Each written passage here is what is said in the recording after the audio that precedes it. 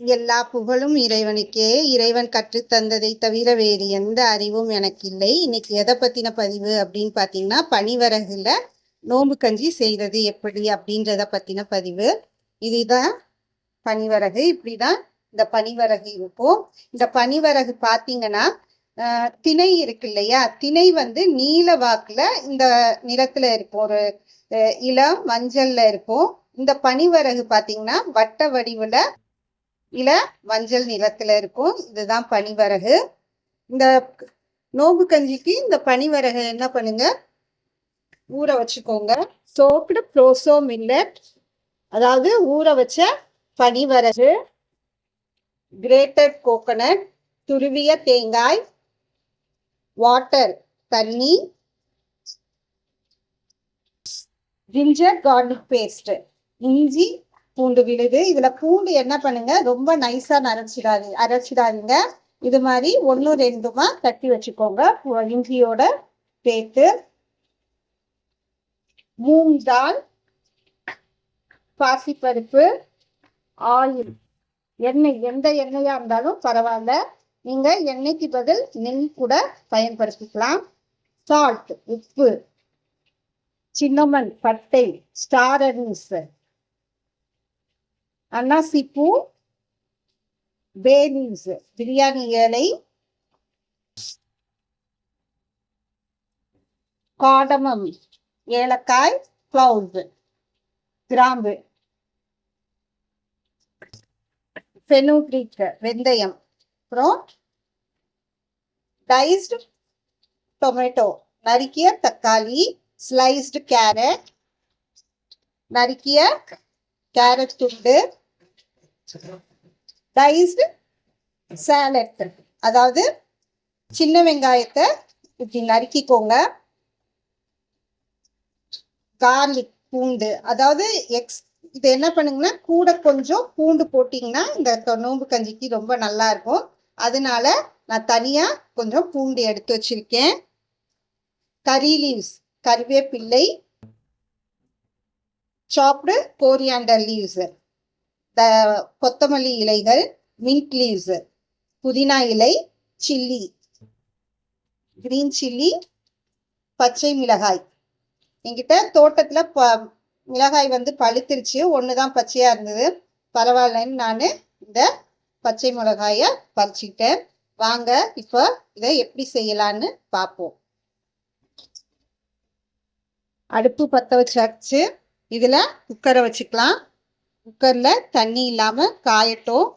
இப்போ குக்கர் காஞ்சிருச்சு. இதுல எண்ணெய் ஊத்திக்கோங்க. எண்ணெய் ஊத்தியாச்சு. எண்ணெய் காயட்டும். எண்ணெய் காஞ்சிருச்சு. இப்போ வெந்தயம் போட்டுக்கலாம். வெந்தயம், பட்டை, கிராம்பு, ஏலக்காய், இப்போ பிரியாணி இலை, சின்ன வெங்காயம் இதெல்லாம் போட்டு கொஞ்சம் வணக்கிக்கலாம். சின்ன வெங்காயம் எல்லாத்தையும் போட்டாச்சு.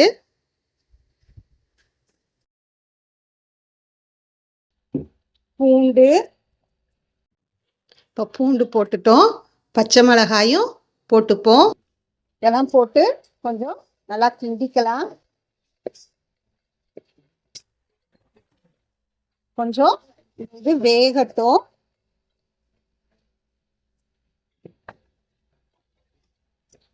இத நல்லா போட்டு கிண்டிக்கோங்க. வெங்காயம் கொஞ்சம் வணங்கிடுச்சு. இப்ப என்ன பண்ணிக்கலாம்னா கேரட்டை போட்டுக்கலாம்.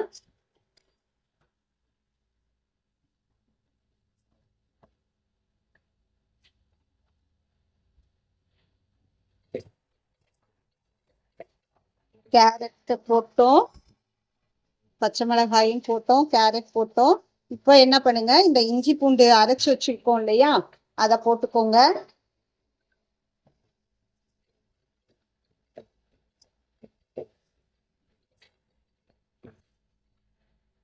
இந்த இஞ்சி பூண்டு பச்சை வாசனை போகட்டும், அது வரைக்கும் கொஞ்சம் வணக்கிப்போம். இஞ்சி பூண்டு வாசனை போயிடுச்சு. இப்போ கறிவேப்பிலை போட்டுக்கலாம். நான் வந்து இந்த நோம்பு கஞ்சி இதில் கரம் மசாலாலாம் போடலை. இப்போ இருக்கிறவங்க போடுறாங்க கரம் மசாலாலாம். இது கொஞ்சம் வணங்கட்டும். நான் போய் பனிவரகை கழுகிட்டு வந்துடுறேன். பனிவரகையும் பாசிப்பருப்பையும் கழுவிப்போம். இப்போ கொத்தமல்லி புதினா போட்டுக்கலாம்.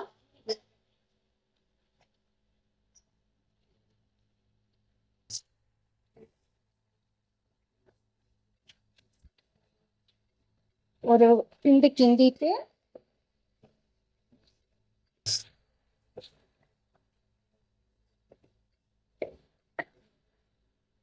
இப்போ தண்ணியை ஊற்றிக்கலாம். இதுக்கு தாராளமாக தண்ணி ஊற்றிக்கோங்க, நல்லா வேகணும்.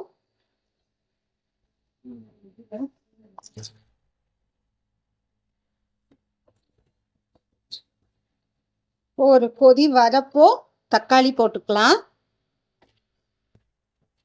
பாருங்க நுர கூட்டி வருது.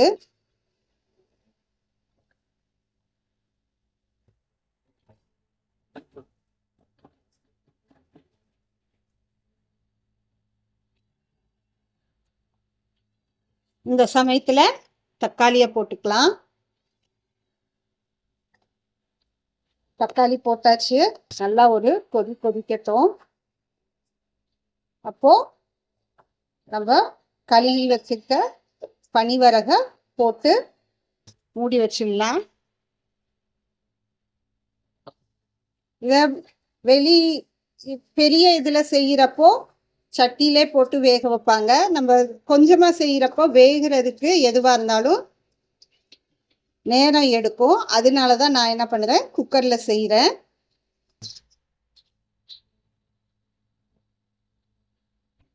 கொதி வந்துருச்சு.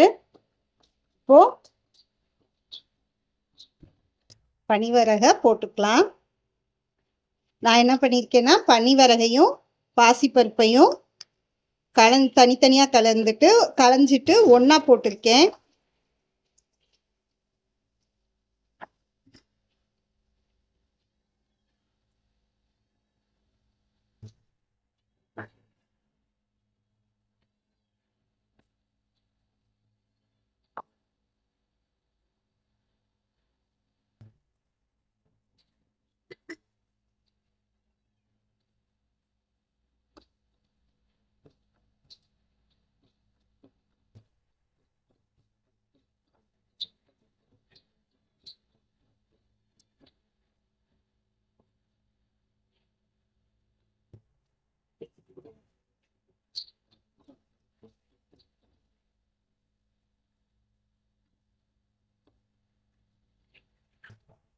இப்போ பனிவரகு போட்டாச்சு.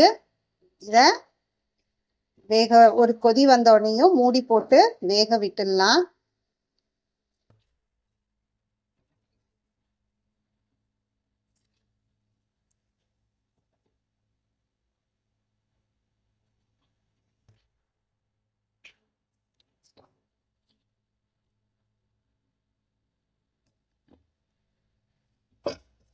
கொதி வர ஆரம்பிச்சிருச்சு.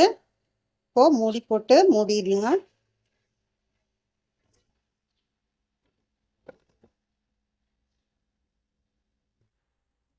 இப்போ மூடி போட்டு மூடியாச்சு. அது ஸ்டீம் வந்தோடனையும் வெயிட் வச்சுருவோம். ஸ்டீம் வர ஆரம்பிச்சிருச்சு. இப்போ வெயிட் வச்சுருவோம். உங்கள் குக்கரில் எத்தனை விசில் விடுவீங்களோ, சோத்துக்கெல்லாம் எத்தனை விசில் விடுவீங்களோ அது மாதிரி விசில் விடுங்க.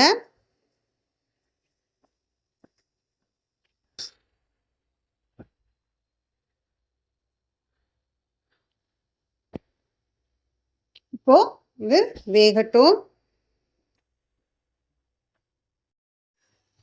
இப்போ அடுப்பை அணைச்சாச்சு.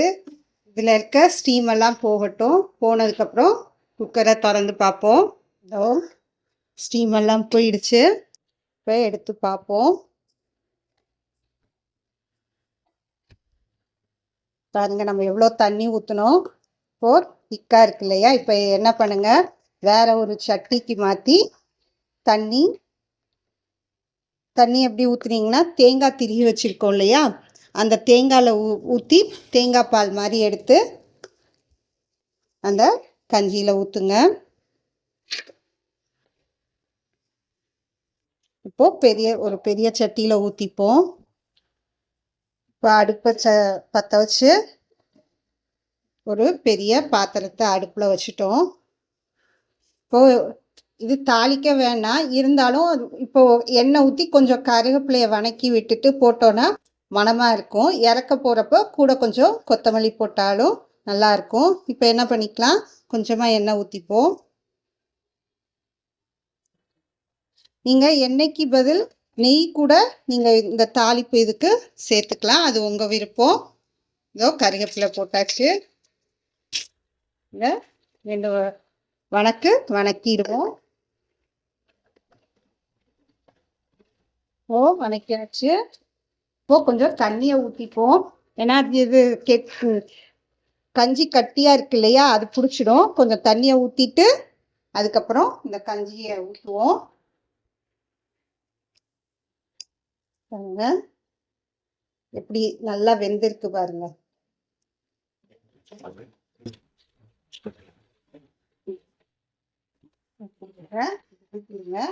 அதுக்கப்புறம் தேங்காய் இருக்கு இல்லையா, நம்ம எடுத்தோம் இல்லையா, அதை என்ன பண்ணுவோம், கொஞ்சம் கொஞ்சமாக தண்ணி ஊற்றி பாலில் எடுத்த மாதிரி எடுத்து அந்த நோம்பு கஞ்சியில் சேர்த்துப்போம்.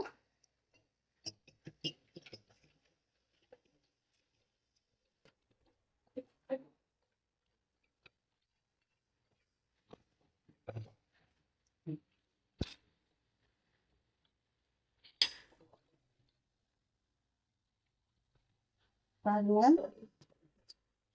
இவ்வளோ இதாக இது பண்ணிக்கோங்க. ஒன்றை கூட கொஞ்சம் தண்ணி ஊற்றிக்கோங்க. தண்ணி ஊற்றி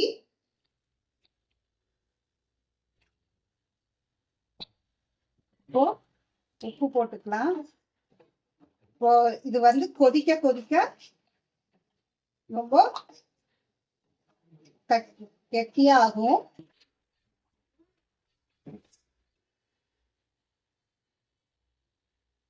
பாருங்க, நான் 1 கப்பு தான் போட்டேன் பனிவரகை. வெந்து இது பாருங்க, இந்த கஞ்சி எவ்வளோ வந்திருக்குன்னு. இப்போ இது நல்லா கொதிக்கட்டும், ஏன்னா உப்பெல்லாம் போட்டிருக்கோம் இல்லையா, அதனால நல்லா கொதிக்கட்டும். இப்போ நீங்கள் கேரட்டோட கறி போடுறதா இருந்தால் கறி போடலாம், இல்லாட்டினா கோழிக்கறி போடுறதா இருந்தால் கோழிக்கறி போடலாம். அது அவங்கவுங்க விருப்பம். கேரட்டோட நீங்கள் பீன்ஸு கூட போடலாம். போட்டு இந்த நோம்பு கஞ்சி தயாரிக்கலாம். இது நல்லா கொதிக்கட்டும். இப்போது ஒரு கொதி வந்துடுச்சுன்னா சிறு தீயில வச்சு இன்னும் ஒரு 2 கொதி கொதிக்கட்டும். அதுக்கப்புறம் கொத்தமல்லி தூவி இறக்கிடலாம்.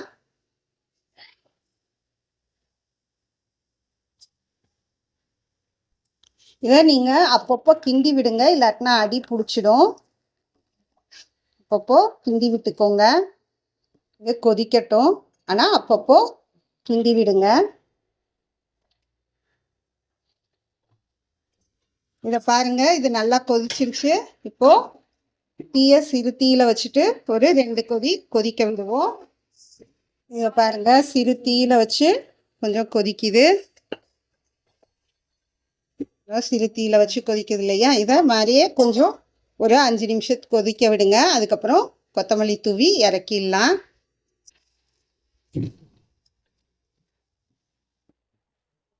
இப்போ சிறு தீயில வச்சு கொதிக்க விட்டாச்சு. இப்போ அடுப்பை அணைச்சாச்சு, கொத்தமல்லி தூவியாச்சு. மூடி வச்சுடுவோம். ஆறப்போ இன்னும் கொஞ்சம் கெட்டியாகும். இப்போ நோம்பு கஞ்சியை ஒரு கிண்ணத்தில் பரிமாறி எடுத்து வச்சுருக்கேன். இந்த நோம்பு கஞ்சி பார்த்திங்கன்னா செய்கிறது மிக எளிமைதான், நீங்களும் செய்யலாம். இது பார்த்திங்கன்னா நம்ம காய்ச்சிறப்போ அந்த வேக வச்சு எடுத்தப்போ ரொம்ப கட்டியாக இருந்த மாதிரி இருக்கும். அதுக்கப்புறம் தண்ணியெல்லாம் ஊற்றி நம்ம நல்ல ஒரு தண்ணியும் இல்லாமல் ரொம்ப கட்டியாக இல்லாமல் ஒரு மிதமான பதத்துக்கு எடுத்துகிட்டு வந்திருப்போம். இந்த சிறுதானியங்களுக்கு என்ன பண்ணணும்னா, எப்பொழுதும் நம்ம அரிசி நோம்பு கஞ்சிக்கு ஊற்றுற தண்ணி அளவை விட கொஞ்சம் ஜாஸ்தியாகவே ஊற்றலாம். ஏன்னா இது சிறுதானியம்ன்றப்போ நேரம் ஆக ஆக இறுகும், அப்போ கட்டியாக இருக்கும். அதனால கொஞ்சம் கூடுதலாக தண்ணி ஊற்றலாம். அதுக்காக தான் இந்த சிறுதானிய கஞ்சியில் கொஞ்சம் கூடுதலாக தண்ணி ஊற்றுறது. அப்போ தான் கட்டிப்படாமல் நம்ம அந்த அளவு தண்ணியோட அளவும் அந்த எடுத்து சாப்பிட்றதுக்கு ஏற்ற மாதிரி இருக்கும். அதனால பார்த்து அளவாக தண்ணி ஊற்றிக்கோங்க. இந்த நோம்பு கஞ்சி பார்த்திங்கன்னா நோன்பு இருக்க சமயங்களில் ஒரு நல்ல உணவு. இது ஒரு முழுமையான உணவாக கூட இருக்கும். நோன்பு திறந்துட்டு உடம்புக்கு கொஞ்சம் இல்லை நல்லாவே தெம்ப கொடுக்கக்கூடியது. வயிற்று புண்ணை கூட ஆற்றும். ஏன்னா இதில் சிறுபருப்பு தேங்காயெல்லாம் இருக்கிறதுனால வயிற்று புண்ணை கூட ஆற்றும். இது ஒரு உடம்புக்கு தெம்பையும் கொடுக்கும். வயிற்றுக்கு ஒரு அதாவது சில சமயம் எல்லாரும் நிறையா சாப்பிட்டு ஒரு மாதிரி திணறுவாங்க இல்லையா, அது மாதிரியெல்லாம் இருக்காது. இந்த எளிமையான நோன்பு கஞ்சியை செய்து சுவைத்து மகிழுங்கள்.